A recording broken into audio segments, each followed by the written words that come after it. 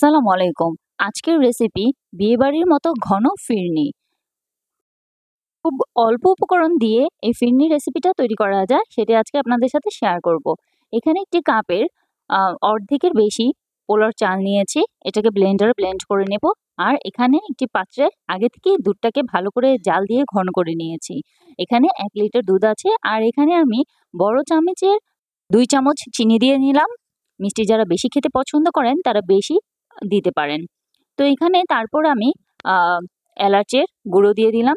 দিয়ে তারপর ভালো করে মিক্সড করে নিচ্ছি। তারপর চালটাকে ব্লেন্ডারে ব্লেন্ড করে নিয়েছি আদা বাটার মতো করে। এখন এখানে চালগুলো দিয়ে দিচ্ছি। দিয়ে দেওয়ার পর এটাকে নাড়াচাড়া দিয়ে নিতে হবে। ভালো করে নাড়তে হবে যাতে নিচে লেগে না যায়। অনেকক্ষণ নাড়াচাড়া করে নেওয়ার পর তারপর যখন এটা ঘন হয়ে আসবে তখন বুঝে নিতে হবে রেসিপিটা তৈরি হয়ে গেছে।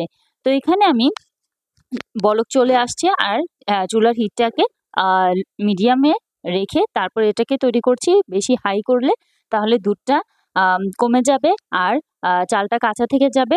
তো তারপর এটাকে ভালো করে নাড়াচাড়া দিতে দিতে যখন এটা একদম ঘন হয়ে আসবে তখন বুঝে নিতে হবে যে ফিরনিটা তৈরি হয়ে গেছে।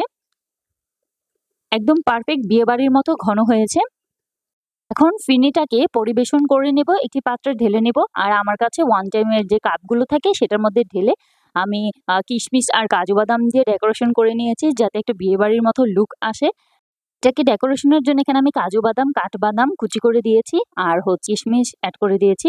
তো আমার রেসিপিটি কেমন লাগলো তো অবশ্যই কমেন্ট করে জানাবেন। ভালো লেগে থাকলে শেয়ার করবেন, আরও সবাইকে দেখার সুযোগ করে দিবেন আর আমার পেজটিকে ফলো করে পাশে থাকবেন। আশা করি আমার রেসিপিটি আজকে ভালো লেগেছে। এটা তৈরি করতে বেশি কোনো উপকরণের প্রয়োজন নেই। ঘরে থাকা জিনিস দিয়ে তৈরি করা যায়, খুবই মজাদার। আমি ফাইনাল লুকটা দেখিয়ে দিয়েছি যে আমি কিভাবে তৈরি করেছি। তো আজ এ পর্যন্তই। আল্লাহ হাফেজ।